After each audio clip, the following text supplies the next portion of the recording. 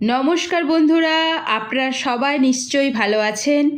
আজ নিয়ে এসেছি আপনাদের জন্য নতুন রেসিপি আর নিয়ে এসেছি অনেক গল্পের ঝুড়ি। চলুন দেখিয়ে দিই আজ কি বানাচ্ছি। দেখুন, আজ বানাবো খয়রা মাছের টক।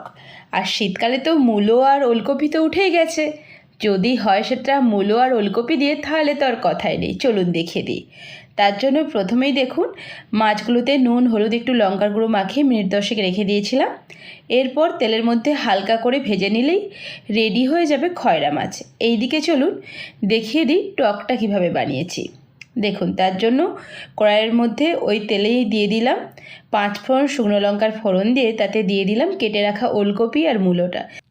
দেখুন, মূলো আর ওলকপি তো আমি নাড়তে দিয়েছি, তার মধ্যে নুন হলুদ দিয়ে দেবো, ব্যাস, আর কিছুই না।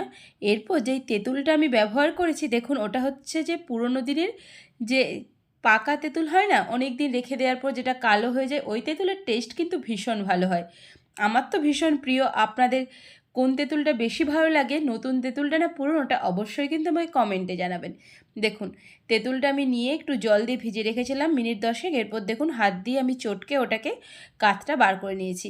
এইদিকে দেখুন ততক্ষণে কিন্তু আমার ওলকপি আর মূলোটাও ভালো করে ভাজা ভাজা হয়ে গেছে। এরপর ওই তেঁতুলের কাতটা দিয়ে দেবো, ছেঁকে দেবেন অবশ্যই। দেখুন আমি হাতে করে ছেঁকে নিয়েছি, তেঁতুলটা কিন্তু দিইনি, কাতটাই শুধু দিয়েছি।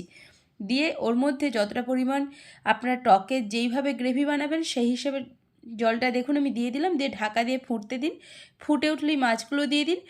নামানোর আগে নুনটা অবশ্যই দেখে নেবেন, আর চিনিটা অ্যাড করতে কিন্তু ভুলবেন না যদি আপনারা মিষ্টি খেতে চান। আমার কিন্তু তেঁতুলের টকে মিষ্টি একটু না হলে একদমই চলে না।